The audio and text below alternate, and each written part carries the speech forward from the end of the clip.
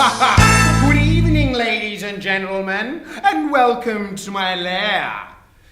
This is the second week that we'll be in the lair, having freshly annexed it from the University of Technology, Sydney. It's okay though, I'm completely in the right here. You see, there are a lot of people at UTS that speak evil science, and I'm standing up for their rights. I'm coming in to defend them. And as a byproduct, I have this fantastic studio.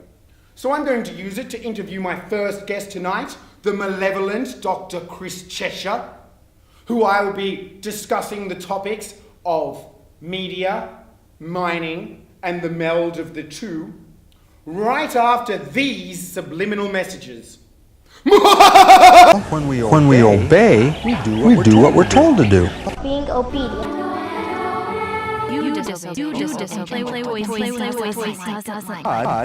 we will obey what he says. It's Jews that'll do it. Disobey Jehovah. Jews disobey. You're committing a sin. Obeying is doing something you're told to do. We're going to be talking about the way that new media has become an important or integral part in the mining process today. So the first thing I wanted to ask you about is, what is the shift from media reporting on the mining sector to media becoming a part of mining in and of itself? Okay, well, mining, as you can imagine, is a very big process of moving rocks and minerals and so on out of the ground into the ports. And what has tended to happen in the past is that became an object of study or attention in the traditional media platforms of newspapers, radio, television, and so on. And you usually got stories about mine accidents or about increasing capacity in mines or about a range of different things. Now, what I argue is that what we've seen since then is a lot of media technologies, internet-based technologies, digital technologies, have become incorporated into the mining practices themselves. So we can say that mining has become partly a media practice. So that's what I think is really interesting. And so we can start assessing mining in terms of media questions about meaning making, about signaling, about control, and so on. And so you can see that there's a shift of media away from traditional things and a movement of media into non-traditional areas like mining. Yeah, excellent. You said in your paper that influence isn't force, but that media influence isn't force, but rather it controls the direction, the speed, and timing. Yeah. What new power is latent in this medium because of that relationship? Yeah. Well, I mean, obviously, a lot of what mining is about bringing force to bear. But if you simulate an explosion before it happens, and you understand in sort of great detail which part of the ore body is going to be exposed, which sort of waste rocks are going to be created from it, then suddenly you've changed the practice of mining towards a process of simulation and action rather than, rather than the traditional one, which is where geologists use their own calculations to anticipate what was going to be happening in an event like that. Yeah, excellent. I was really interested in this one section. You were talking about asignifying semiotics. Mm-hmm. I was wondering how we can use these sorts of theories in different types of technologies in order to imply something to an audience, in order to use connotators and denotators to, in a sense, massage the audience to receive the message we want to distribute. Yeah.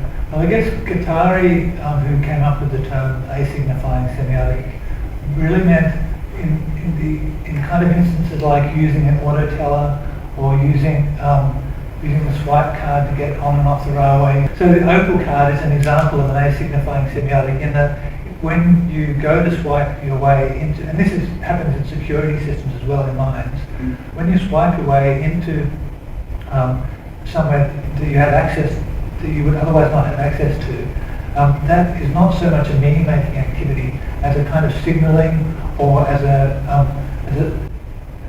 it's it's not about the meaning, it's about the action that takes place.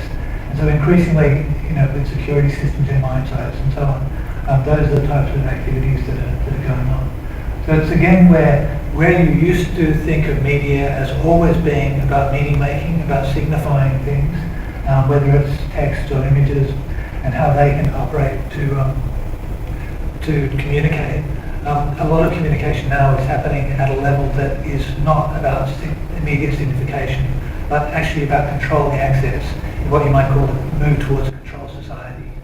Yeah, can you illustrate more areas in which we can see this in the real world, and the way that maybe either a government or a non-governmental institution could utilize it in order to carry out some end? I mean, I guess you could say that the tax system is a controlled society operation, because you have data points coming from all directions, and so the data from your employer, from your credit card company, from your shareholdings and so on, those are actually fed into the activity of constituting your tax return, and so that's an example of something that was gone from a kind of paper model of controlling, sort of disciplining the subject, more towards a control model where you don't have to even tell the tax department about your shareholdings, because they already know.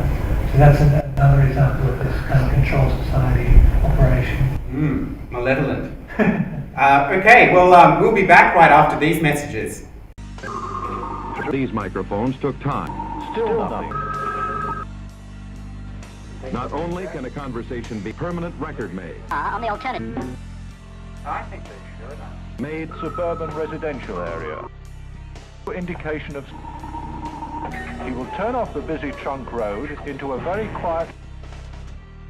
Welcome back! Now we return with everybody's favourite segment, Lizard Watch. This is where we talk about the conspiratorial entities that exist, in this case in mining, and what they're doing to coerce the populations. Yeah, so the first question I want to ask you is about Rio Tinto trademarking the term the mine of the future, and I was wondering, what does this indicate about how mining companies are considering things like IP, and whether that reflects maybe the way that tech companies are moving, sort of solidifying the convergence that you are noticing in new media, or whether it amounts to some other form of control and coercion of the message around mining and Rio Tinto?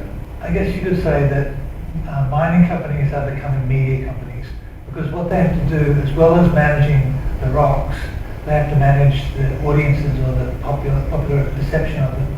And so one of the key things that they do is building up press releases, public events, activities that press releases and websites that are making sure that the popular perception about mining companies, who have, let's face it, had a pretty bad name at times, that managing the perception of everybody is one of their kind of core jobs.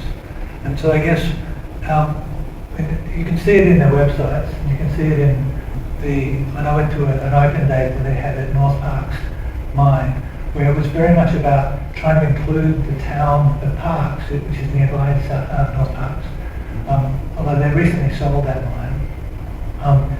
But so again, the job of mining companies is not just mine. Now, there's software that are coming into play, some of the ones that you noticed are like AutoCAD, Gemcom, Rockware, and these sorts of commercial computing products. Is there some kind of new tech war or tech front in developing these? And again, to return to IP, is there some similar data capturing that's happening in these devices that are being taken from mines back to parent companies? Or, can we see an analogy between IP rights in larger tech circles and what's happening with the new technologies coming into mining? Yeah, well, I guess a platform like Rockware is an off-the-shelf product that's designed to help miners gather information and create simulations of the cutaways of the strata of rocks that are underneath. So they'll go and drill bores through the earth and pull up the bores, and from that data they can capture that and translate it into simulations on the surface. So I guess what's happened is, whereas probably previously there were custom-made simple tools, now there's a whole sort of middle market, a middleware market that mining companies use to create images of activities that go on, their day-to-day activities. So this middle market, what would be its comparison in some other industry? I guess, an example would be in the media production industry, so Final Cut Pro or a suite like that, or the Adobe suite, are examples of the platforms that are used to do desktop publishing and so on. So people don't simply create their software on their own, but there's that sort of intermediate space where. But when you think about it, the market for that is obviously a lot larger in terms of the number of platforms that are actually being in operation. But the mining company is now operating with a similar logic. So it's again more like a kind of media logic than a mining logic. So does that give these software companies the power to solidify the ways that we conceptualize the mining process then? I think that's possibly true, but as far as I know, there's no single market leader at the moment. But it's possible that as time goes on, that you'll have one platform, one system becoming the dominant player. And as far as I know, that's not the case at the moment. And it actually depends on whether you're coal mining or iron ore mining. So there's quite specific needs of different types of mining. Okay, well that's given me some fantastic ideas to run with, Chris. Thank you so much for being on the show today. Thank you very much.